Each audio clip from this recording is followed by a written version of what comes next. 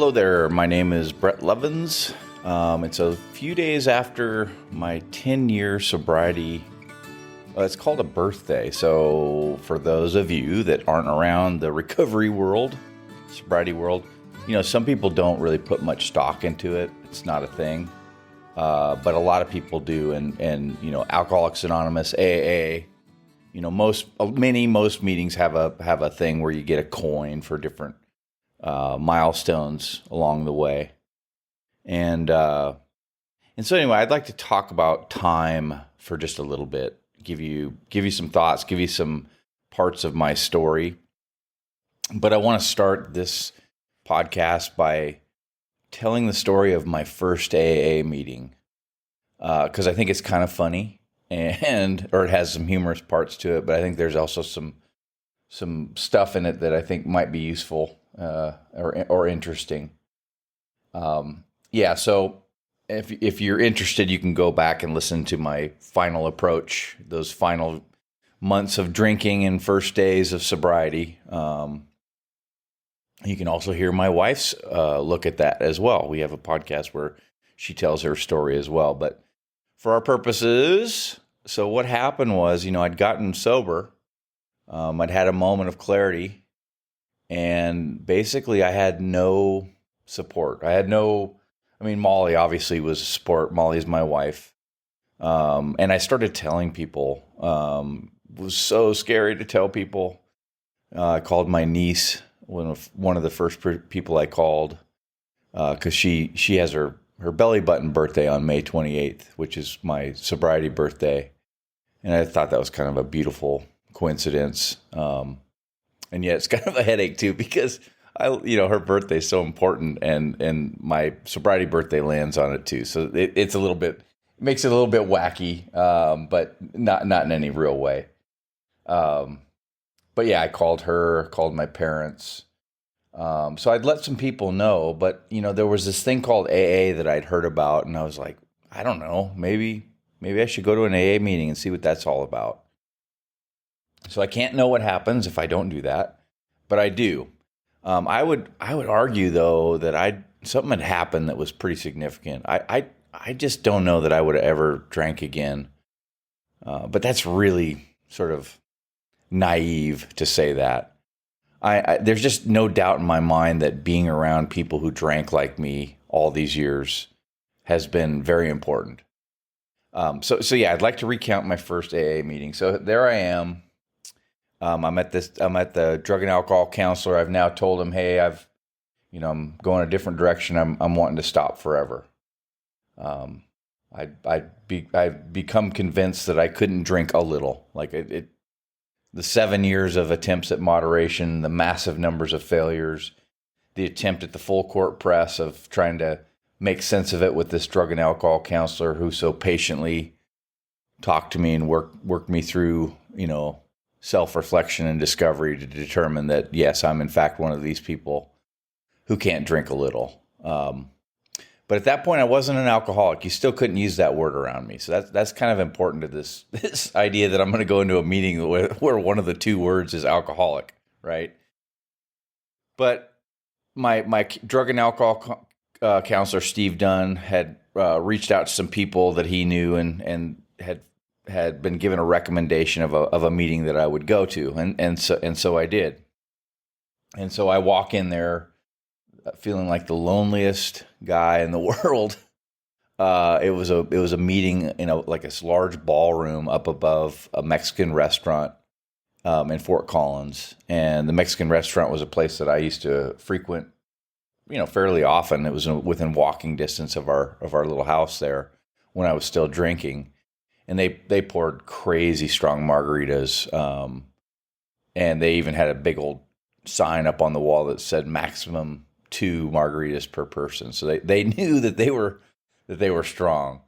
It was sort of ironic to have this meeting up above that restaurant. But anyway, there was this stairway, this long wooden stairway. I think it was a pretty old building, and this kind of opened up into this large ballroom.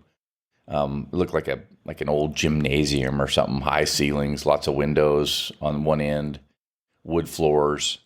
And I walk in, and clomping up this long stairs and with a bunch of other people. It was just, I was scared. I was really scared. But I also, I just felt butterflies in my stomach and just nervous, like most people who come into a meeting for the first time. It's nerve-wracking. And so I walk in and I can see, so there's all these round tables. It's a big room. I'd say there's, once everybody gets seated, there's probably 80 to 100 people in there. So it's a big meeting, right? Which suited me because I was looking for where I could kind of be invisible. So I sussed out where the chair of the meeting was, the table where the person who's going to lead the meeting is sitting. And I, of course, picked the table as far away from there as possible. And I sit down quietly there, nervous. And I lean over to the gentleman who's sitting there next to me, a little bit older than me. And I just sort of tell him, hey, this is my first meeting. And boy, was I sorry that I had done that. Looking back, he did what I would have done too. I mean, he lit up like a Christmas tree, right? He was so excited. And now he's motioning for other people to come over to the table. And now I've got 2 or 3 people around me. And this one guy is named Mike, who talked like this. And I can't remember the specifics other than, he pulled out a card from his wallet and handed it to me with his name and number on it. And he said, when you want to talk to somebody, you can talk to me and we'll talk about it. And I made a joke. I made light of it. And I said, now we're getting serious. And I sort of snickered, and he got pretty, at least my recollection and the way I took it is he got pretty serious. And he said, we're very serious here. And man, that was hard. So that went away because the meeting starts, right? And so I don't know anything. And I start looking around the room. I got the guy sitting next to me who now knows it's my first meeting. He whispers to me, hey, you're going to get the opportunity to introduce yourself if you want. And I thought, no, thank you. That won't be happening. So that comes up in a little bit here, but I'm still full of energies, full of adrenaline, and the meeting starts, and the chairperson at the front says, let's start by introducing ourselves. And then that, not all meetings do this, by the way. So if you're looking for meetings or thinking about going to a meeting, not all of them do this, but some do. And this was one of them. And that's that mighty thing where they say their name and introduce themselves, and then it moves to the next person. It goes through this giant room of 80 to 100 people. So I see it start way up there at the front. And you got to remember, the word alcoholic to me is an evil word. It's hard for me to put words to describe how bad of an attitude I had about that word. It made me sick to hear it and to say it. Just as the word God did, which will come up here in a minute. That was the one thing going into AA that was really tough for me, is I knew God, there was some God stuff in there, right? So that was the one thing. Most people know that. There's some God stuff going on in there. So I get in there, and I think probably they open the meeting with the Serenity Prayer, which is one of those moments where I don't know. Everybody's chanting something, and I don't know what it is. It's a common thing for a lot of meetings to start with this thing called the Serenity Prayer, and you can look it up online. And it has the word God in it too, so I'm hearing that around me. I've got a guy next to me telling me, if you want, they're going to give you an opportunity because it's your first meeting to introduce yourself. I'm like, no. And now here it comes. My name is Bill, and I'm an alcoholic. My name's Susie. I'm an alcoholic. My name's Larry, and there's some variety too. I'm a grateful alcoholic, and all these things. And I just feel so out of sorts. And I see it coming, and it's a word that I would never ever use to describe myself. And I'm rehearsing in my mind how I'm going to get it to happen and go past me. And here it comes, Brett alcoholic, and then on it goes. So at this point, I've made it to that far, and then the chairperson says, okay, we're going to start by something in the big book. Well, I don't know what the big book is. And it's as if, like, where's Roger Rabbit? All of a sudden, my eyes focus in, and I realize there's these blue books all over the tables, these big hardback blue books, the color blue. And I don't know what the big book is, but that's what the big book is. And again, for those that are interested, the big book is often referred to refer to the book. The book is Alcoholics Anonymous. It's written in the 30s. There's been some revisions. I'm not a historian with this stuff, but Alcoholics Anonymous was basically written by a group of people with the main author of Bill Wilson and Dr. Bob, two guys that figured out some things about alcoholism. And I'll leave it there. The book is widely available. History on them is widely available. It's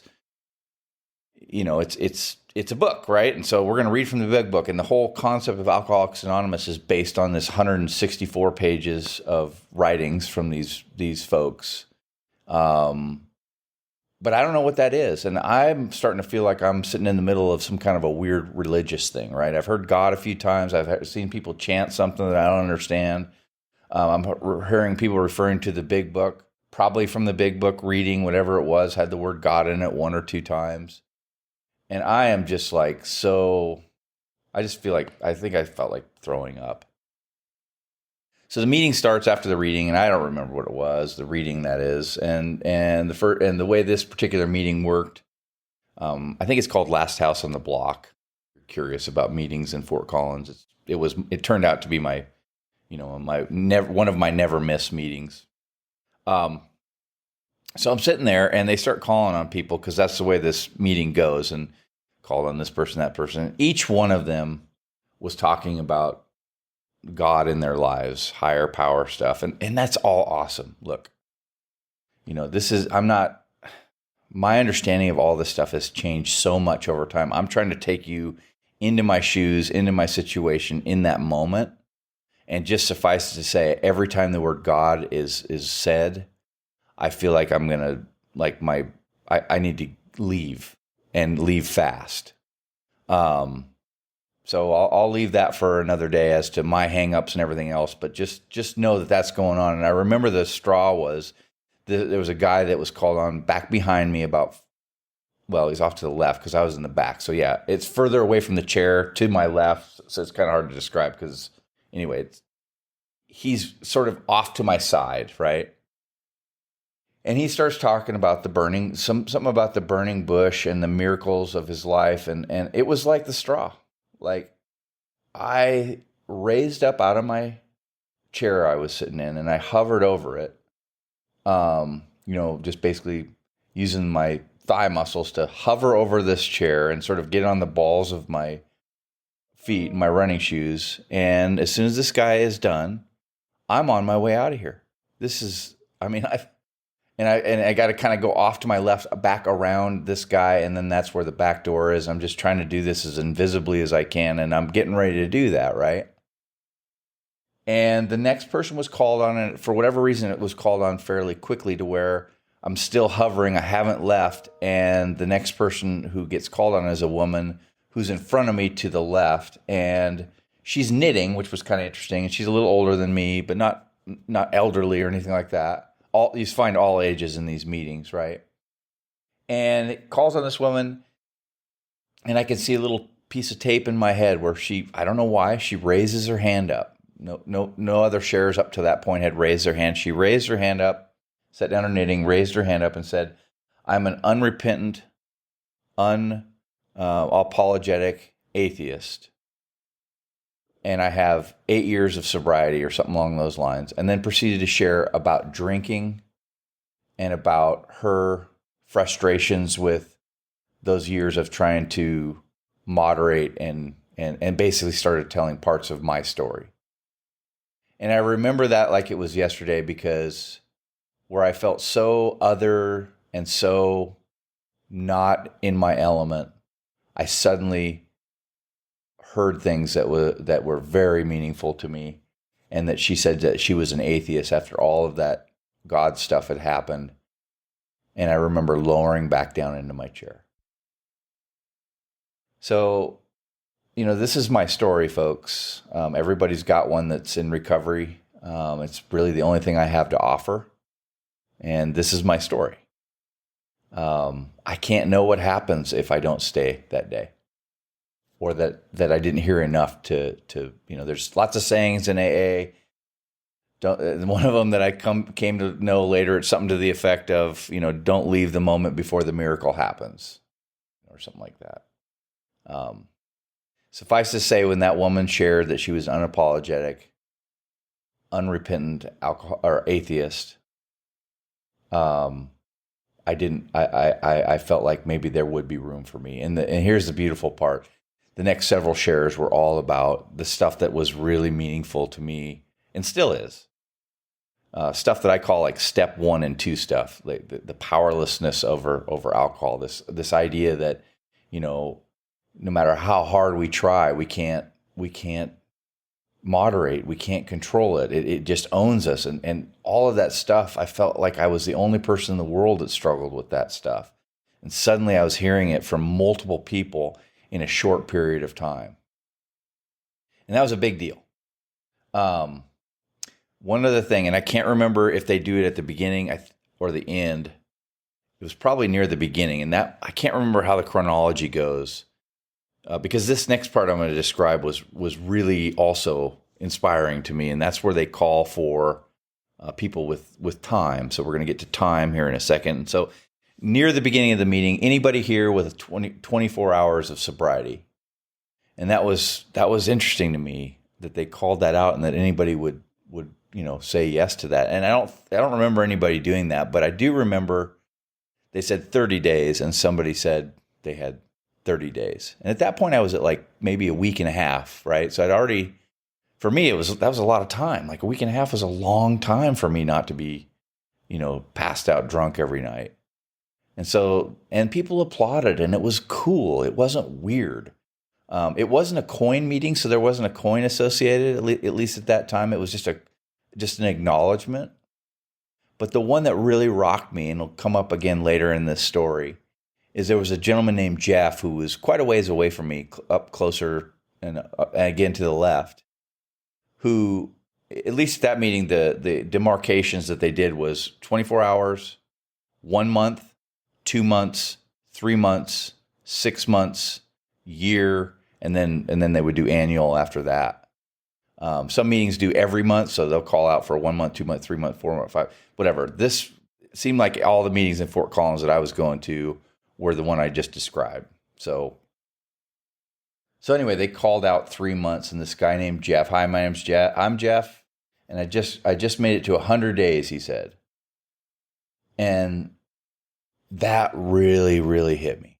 Like somebody could go 100 days. Maybe I could go 100 days. And again, the place applauded, and I probably did too, but more importantly, that inspired me so much. Somebody could go 100 days, and you know what? Maybe I could go 100. And then typically, as with these things go, you get up into the 4 and 5 years, 6 years. How many people? 8 years, and those are awesome. But for me at that point in time, that seemed like Looneyville, right? 100 days seemed like a very inspiring thing for me to consider. And I remember that particular coin, or that wasn't a coin, acknowledgement, like it was yesterday. His name was Jeff. All right, so anyway, I probably got the chronology out of order. So then they go through the shares, and again, all the time I'm still worked up, and but we get to the shares after the atheist woman. And I'm feeling a lot more comfortable, a lot more like this might be really cool. And then they conclude the meeting, and they say, okay, let's make a circle. And this is a giant room. And I realize that they're going to hold hands. Now, for some people, that might be an awesome thing. And it's not like I'm not, I'm comfortable with people and, hugs and stuff like that. But after everything I'd been through, to now be going to this edge of this room and finding my way between two people to hold hands was really uncomfortable. And then the next thing happens. Now we'll recite the Lord's Prayer to close the meeting. Now, I don't come from a particularly religious upbringing. I don't know the Lord's Prayer at that point in time. And so we're once again doing a chant, as far as I was concerned. Most people know it, because there we go, right? I'm not really into Christianity and religion, and there's this God thing, and now we're saying some stuff that is Christian based. This is hard for me. And then they finish the Lord's Prayer, and I feel so uncomfortable, and now they're swinging their hands, and that's a common thing too at the end of an AA meeting where people hold hands, which is fairly common. Not all do, but it's common. They often will have a little chant or a little like pep chant or cheer at the end, right? And like one common one is "Keep coming back. It works if you work it." So and people usually do swing their hands to the rhythm of that saying. Keep coming back. It works if you work it. And then some of them go, keep coming back. It works if you work it, and you're all worth it. And there's other ones that are like local one here. They just do one word, stay. So, that moment I wanted out of there so bad, and I was out of there. I left there and went home and just like, AA has this saying, attraction, not promotion. There was just enough attraction because of those shares around the alcoholic. And that was a word that at that point I wasn't really willing to say or even entertain as being a word that applied to me. But the way they talked about their drinking, and how similar it was to the way that I had been, riding my elevator downward, with my consumption and behaviors. So that was my first AA meeting. Okay. So there's that. So time is a thing. So for me to get my first 30-day acknowledgement, and the meeting I ended up becoming my main meeting, what they call a home group, was a meeting that was near our place there. And it was called at that time Breakfast with Bill and Bob, and I think it was it might have been a 6 or 7 day a week meeting, and it was early in the morning so I could do it before work. And they did a coin meeting. So the way that worked was, and I think it was every meeting. So on the day of whatever coin it was, I could go and be acknowledged for a birthday. 1 month, 2 months, 3 months, and then I'd have to wait for 6. 3 month wait till 6, and then 6 month wait till a year. But the way they did that is then they would pass the coin around. So let's just say I said, 30 days or, 1 month. Then they would pass the coin around, and the shares would, the person would hold the coin that was going to be in my possession, and they would say a little something, whatever. And then the meeting would end with the coin bearers getting a chance to talk a little bit, which was very uncomfortable as well. But from the get-go, the coins and that time thing was really meaningful and really just gave me some enthusiasm for it. It gave me some morale. Something about those coins, kind of almost like a gamification, right? My wife attended these meetings with me when I would get a coin. She attended a lot of meetings with me at the beginning. Not as many as I was going to, though, because I was often going to 1, 2, sometimes 2, and sometimes even more than 2 a day, depending on what was being offered. But I could do an early morning meeting and I could do an afternoon meeting. And once again, every time the God thing was coming up, super uncomfortable. But those meetings also usually had some people talking about the stuff that really rocked me, which was talking about the way that they drunk and how their lives, using AA terminology, how their lives had become unmanageable, which was another word that I really irritated me. But now I use that word easily and freely. And so that was all happening. So I'd love to continue forward with this time thing. I attended a lot of meetings. There was newcomer meetings as well that I used to attend. And, I began to realize, at least there in Fort Collins at the time, or at least my perception of what was going on, is there was a lot around. The more time you had, the more respect you had, or the more reverence you had. And early on, I can remember, I've shared almost never. Terrified to and desperate to both, right? I was like scared to and also desperate to share from time to time. And I've learned over time that that's part of the gig is to share. And it's something that I look forward to doing and opening my mouth and sharing stuff that's in my heart. And that was really uncomfortable. And it still is at times. But I can remember a meeting early on. I was probably a couple of months sober. And I think I'd gotten called on and I had to share. And this older guy, I won't say old timer because there's plenty of old timer to me is usually somebody who has been sober a very long time. And it just so happens they tend to be old too, but that's not always true. You can get older people who aren't old timers, the way that I use that terminology. But I would assume this guy was an old timer. So he's sitting up front. I'm way in the back, of course, because I always sat as far away from the chair table as I could get. And it was after I'd shared, and he turned around and looked back, and he had kind of a high-pitched voice, and he said, you newcomers, I don't remember exactly what he said, except for the saying. The saying that he said that really hit me was, you need to take the cotton out of your ears and put it in your mouth.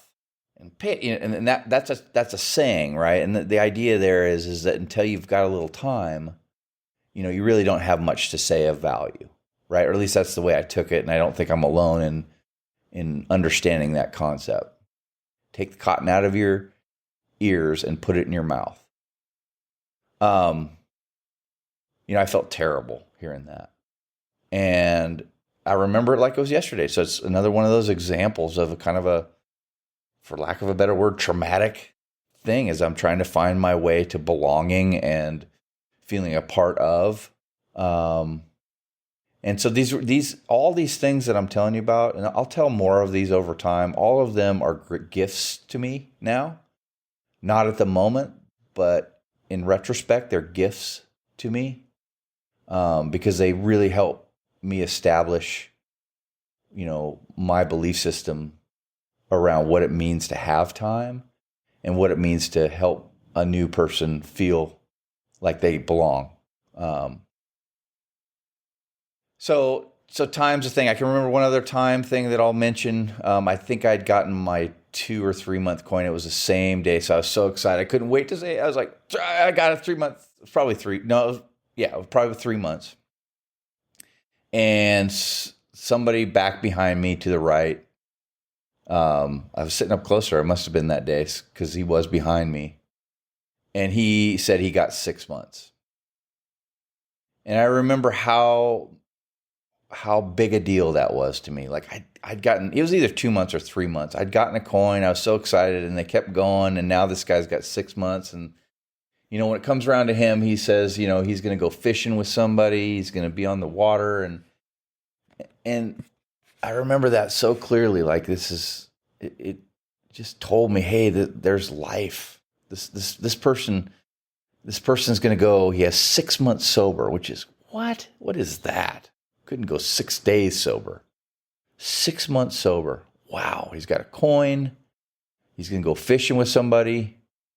And it just rocked me. It was so cool. And I'm telling you all this because, also from that vantage point, I left Fort Collins at 6 months sober. For those early months,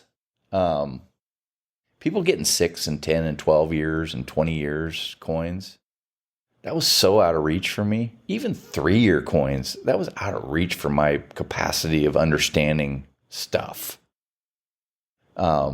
It really didn't, it was inspiring, sure. And then the guy that gets 27 years, or 40 years or whatever, there's something inspiring about that. But man, the people that were getting coins not so far from me, those were the ones that really helped me. And that pattern continued. When I got 1 and 2 years, it was the 3 and 4 and 5-year coins that were like, wow, that is so impressive. I've got little reels of film in my mind. That's the way I think of them. I think of them like a shelf in my mind, or these moments that just are like crystal clear, high definition video that I can pull down and play back, and in this case recount in a podcast. I want to share one more, and then I want to talk about, let's see, I want to share two more and then talk about time a little bit more. So the next story I want to share with you is when I'd gotten my 3 month, I'd gotten to 100 days, and by then I'd found my way to an app. So I had an app on my phone that would let me know. And I'd had 3 digits on my phone, and that was really something for me. Remembering that guy Jeff and all that.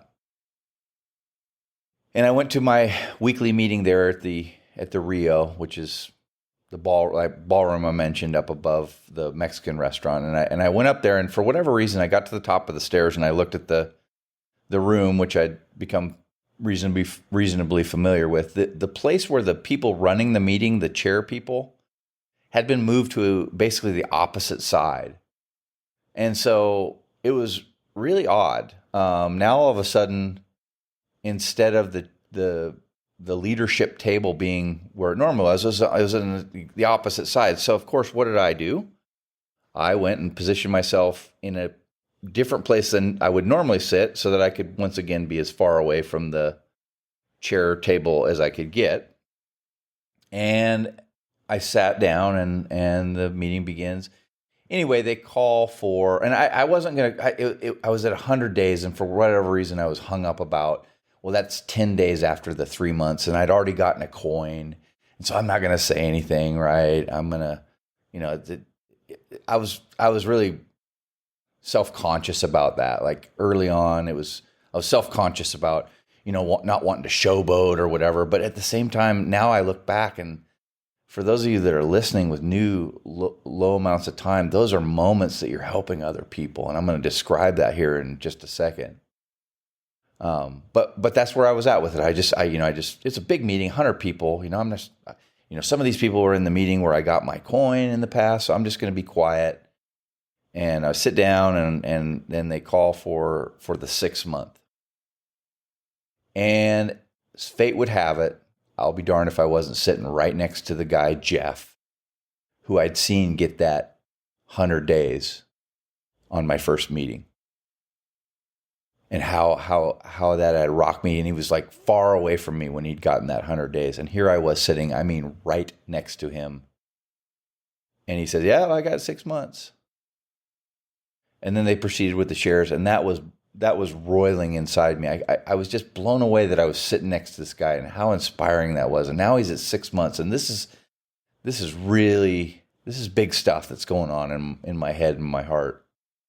And so normally at this meeting, the way it goes is the chair people will call on people one by one, and so people are selected to speak, as opposed to it being quiet and then somebody speaks and then it's quiet and wait, it's randomly people will speak.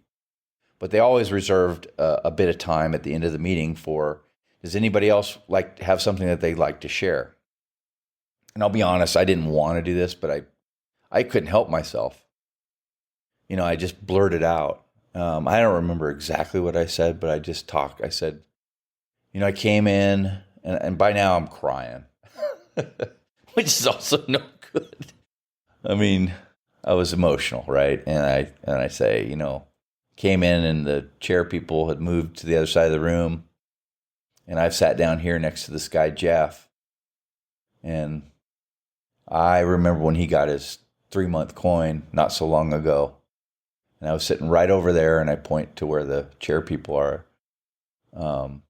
Because the chair people have moved, I'm sitting next to you, Jeff, and I just got 100 days. And I just want you to know that you getting that 3 month coin was really meaningful to me. It helped me a lot.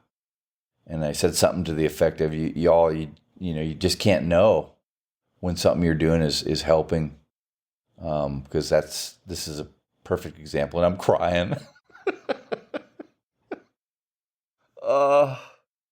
And then something happened. The whole room erupted into applause, like in a very big way. And I realized it was okay what I was doing. Like whenever I shared, it's still to some degree, but I always feel like I'm blurting out or interrupting the meeting when I'm just sharing like anybody else would. But for whatever reason, for me, that's uncomfortable. And I know I'm not alone in that. So place is applauding now, cheering a bit, and Jeff and I are shaking hands, and I'm, really emotional. Um, yeah, that's a real thing. That's part of my story. So here's the thing. Okay. Let me do this. I want to tell one more story, one more real life story about time. And then I'm going to talk about time a little bit. And I'm going to talk about what it's like to be 10 years sober. So when I was about a year and a half sober, thereabouts, maybe 2 years, I don't know. I think it was a year and a half. Molly and I went to Hawaii. We went on vacation, which was a terrifying prospect before I got sober, that you could go on vacation, right? You could go on vacation and not be drinking. So for most of us, this is a common, variable in most people's stories, that one of the biggest hurdles to get over for this idea of abstaining or beginning to be sober is this idea of, well, I could accept that. What about the fill in the blank? What about the trip to Mexico? What about the holiday parties? What about when my buddies get together? I mean, I got to at least be able to drink there. And then suddenly you start losing any kind of a grip on, or I won't say you, I start losing any kind of grip on any hope that I could actually do that, right? And that's a weird one. And for me, when I was in the middle of moderation, that was a constant refrain, is I'm trying so hard to moderate because, at the end of the day, I can't give this up. I at least have to be able to drink in Hawaii. So I'm a year and a half sober. The cravings are gone. The obsession of my mind is gone. I've got a regular program. I've gone through the steps with a kind sponsor who you can listen to in my podcasts a few back. And I'm in Hawaii, and I go, Molly, I know I want to go to a meeting. You want to go with me? She said, sure. So we go to a meeting in Hawaii, and it's outdoors on a beach. It's a beautiful setting. I'm like, this is so cool. It wasn't the first day. It was a daytime meeting, morning, I think.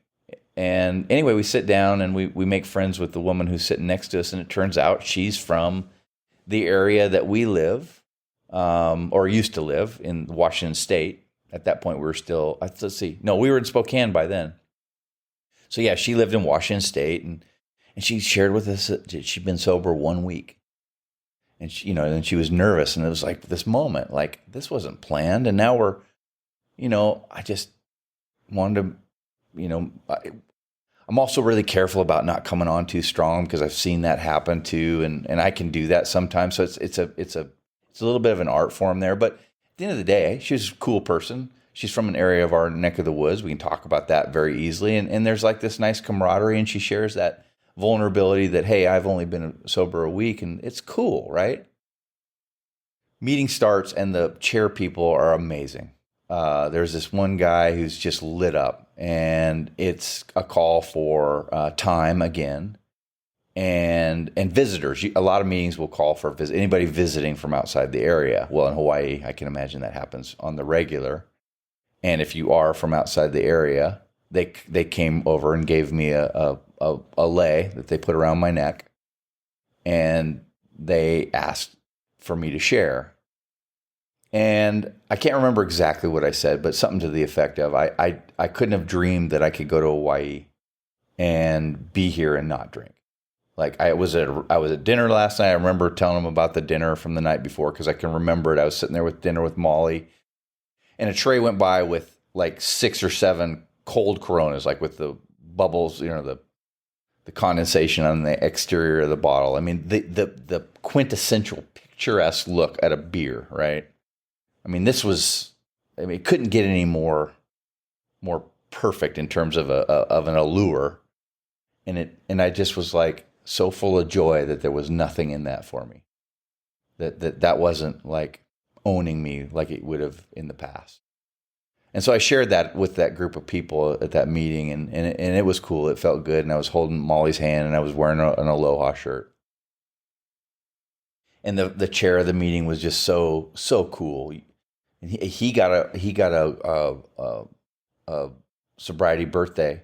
I can't remember what it was. I want to say it's like 7 or 8 or 10 years. It was a lot, right? And he just talked about the gratitude of being sober and how life has gotten better. And I don't remember exactly, but I just remember thinking, that's a really optimistic picture he's painting. And that was really good to hear. And then the meeting opened up at some point, and there was a man who was sitting. They were at these picnic tables, and so the woman I talked about before is sitting next to us, and we're facing away from the table. And then behind us is the people sitting at the tables facing the table, so they got their arms on the table.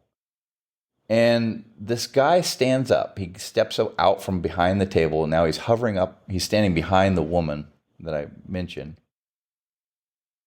And he starts talking about time, and he starts with, time matters. And I don't know why he goes into this. I don't know if it was something somebody said. I don't remember. I was on cloud nine, just feeling light as a feather. Probably feeling okay about having shared. And he starts talking about time matters. You people who do think that time doesn't matter, it matters. And the longer you're sober, the more time you have. And there's no way around it. You have to spend the time to get time. And it was really intense. And he's like talking right over the top of this lady's head. And it was like, wow, that's intense. But it didn't, I let it go or whatever. And it sort of was what it was. And I'd seen things at AA meetings. So this was just another thing, right? So we left the meeting, and I looked through the local, little paperback thing of meetings, because of course when you're a new person, very often that's what happens. This is, nowadays, the internet has so much to offer in that way, but little books, there were little books that showed the meetings that were around. And I looked through it, and the same day there was a birthday meeting, and it was in the area there. And I thought, well, that might be kind of cool. And Molly didn't want to go, which I don't blame her. And so I put on a new Aloha shirt and went to this birthday meeting that night. And it was the coolest birthday meeting, hands down, I'd ever been to, and it probably ever will. There was probably about 60 people. There was a stage with a microphone, and these people were rambunctious. And what I mean by that is people were hooping and hollering and yelling things out, and it was a birthday meeting, and the shares there was flowers everywhere. People were wearing these beautiful leis. The smells were incredible. It was outside. It was dark, but it was not. They had some lights, and it was a beautiful, warm evening. The breeze, and people were sharing, sobriety birthdays on this stage. They'd come up and get recognized and share a little something. And I remember one of the shares that really still resonates with me. One of my little high definition videos was a guy talking about how, I'm not here to sell you on anything. Anybody that's here that's listening to me right now, I'm just going to tell you what's true for me. And what's true for me is my life has gotten better. And he started talking about how much his life had gotten better. And I'm not here to prove it to you or sell it to you or convince you, but it's just true. And I'm just so grateful to be free of that stuff. And it was like, 7 years, and blew my mind. Well, then the guy that I told you about that was the chair at the beach meeting got recognized. And he talked about that speech that gentleman had given earlier in the day. And he said something to the effect of, he's like, this is such a great celebration. So great to see all of you. I'm so grateful to be sober. And he said, I just want to share with you all, I've chaired a meeting this morning, and there was a guy who was just really, really kind of angry about time. And he said, that's okay. He can, whatever he needs to do there, but that's really not the way that I look at this. I'm just looking at this as just a celebration of everybody coming together, and nobody's better than anybody else, or something to that effect. Well, as somebody who believes in humility as one of my character traits that I value so highly, it's one of my core values. It just absolutely rocked me that he talked about that there, and that it made me realize that, more evidence that I'm finding my program the way I want to be. Okay, so I'm going to conclude with time, a little bit on time, and a little bit about getting a 10-year 10-year coin. So early on, coins were a big deal to me. I never missed them. Molly went to them. Sometimes my parents did. And And from about 6 to the last one, and partly the pandemic was through there, my attendance at regular AA meetings really dropped off. I just really wasn't that interested in it, and this time I was for year 10. But I just want to say something about time. There are those who feel like, and I feel it too. Like when I find out somebody has, more time than me or less time, there's something that happens inside me that I can recognize, right? I can say, ooh, that's, there's a little bit of reverence to somebody who has more time than me. There's also something really cool and connecting about somebody who has the same amount of time as me, or even more so, the same birthday or close to the same birthday, same month. So that's all true. And that's cool, right? But I can say this with certainty too. If anybody's new to sobriety or whatever, and you're delving into these meetings and whatnot, from my vantage point, I've heard some incredibly insightful, philosophical, spiritual, whatever words you want to use, shares from people with 1 day sobriety, 1 week sobriety, months, years, across the board. It has not been truth for me of a true correlation between the amount of time that you have and being, more tuned in. There can be, but it's not necessarily exclusively true. And I say that because I've seen people who have a kind of, what's the word I want to use? Arrogance about when they have some time that, they know more and know, the new guy doesn't know anything. And sometimes that's true. I can see patterns. Like I can see a new person saying things that I would have said early on, that I recognize now were, a journey towards a different perspective. But I can also say this, my program and my journey has changed a lot. There are chapters in it, but I get into trouble when I start comparing it and say this was good and this was bad. This was better or whatever. It's just different. And I really have a little bit of a hang up about people who come off as knowing more because they have more time. I don't believe it's true. I don't think it's like a Anne Rice vampire book where the older the vampire, the more power they have. I don't think that. I've met some real jackasses with lots of time. And I've met some real amazing people with lots of time. And then you boil down to, well, what's more attractive to me? What is it about that person that's cool to me, right? And that might be different for somebody else. So there's room for that too, right? So there's room for all kinds of things. I just have a hard time with people who I, again, judge or as being arrogant, as if, their way is the right way and somebody else's isn't. And to treat somebody who's new anything less than absolutely welcoming and safe to be there as they begin a journey towards understanding the horrible truth. Well, not the horrible truth, the real truth that if they have this thing, alcoholic, whatever you want to call it, it won't get better. It will only get worse. And I am convinced of it with myself and others. So beginning that process of getting away from it is paramount. I rarely give advice to anybody. I usually come from my story. One of the few places that I will deviate from that is if you have this thing, alcoholism, addiction, whatever, the one thing I would say with pretty much certain is you probably want to stop drinking. And that to me would have been the hardest words to hear from somebody.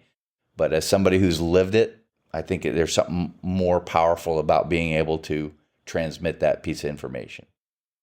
Okay, so there's my thing on time. It's a great thing. This year, 10 years, for whatever reason, it was like something bigger in my heart and my head. And so I kind of internally, meaning with my family and stuff, made a little bit bigger deal out of it. I worked it out so that I could go spend some time with my parents. And that was cool. And my sister was able to come as well. And she made a cake, which was cool. And my dad makes me my sobriety coin every year, because he's an artist. And the sobriety coin he built me for number 10 is just awesome. It's just awesome. It's got old typewriter key with an X on it, and it's kind of like landing on top of a antique old bottle cap, and it's surrounded by this beautiful copper ring. It's just awesome. And the back of it is this old vinyl from a Kodak camera. It feels good in my hand. Just setting it down right here. And yeah, and so I've been thinking about, well, let's talk about time for a little bit. Let's tell a story or two, and I'm going to this is going to be another solo podcast. So hope you enjoy this. If you have this thing, there are a lot of ways to go about getting some help. Alcoholics Anonymous is available everywhere. I'm a big fan of Alcoholics Anonymous. I'm so grateful for it. I don't think it's the only way, and I make that clear. And I also want to say that, if you're needing help or want to get some more information, one place online that you could just privately take a look at is shatterproof.org. SHATTERPROOF.org. It's a nonprofit. They do incredible work in this space, and they're scientifically based research and information. So with that, yeah, it's wild. 10 years. I don't know if 11 I'll feel like doing a big deal out of it or not. Hard to know. But it blows my mind.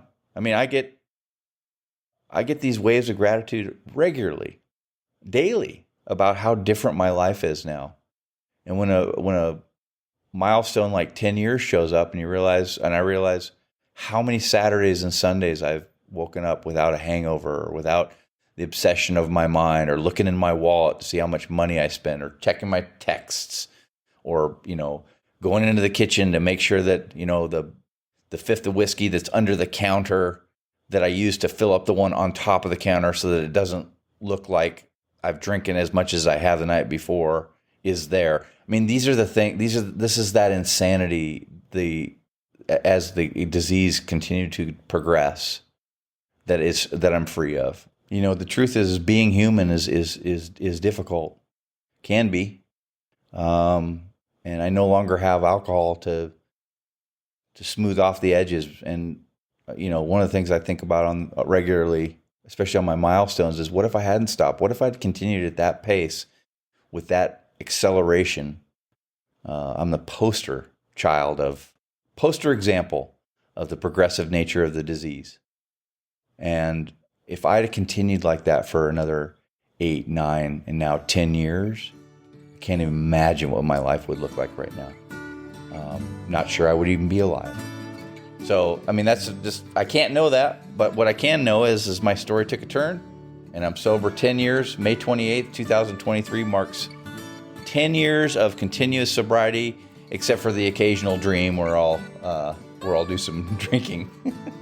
Okay, till next time, thanks for listening to my podcast. I've got a lot of them. They're starting to line up here. I hope you listen to them. If as is useful to you, please share with friends and family. This is a cool little hobby that I've kind of stumbled into and have been doing, and I really do hope it helps some people. Take care.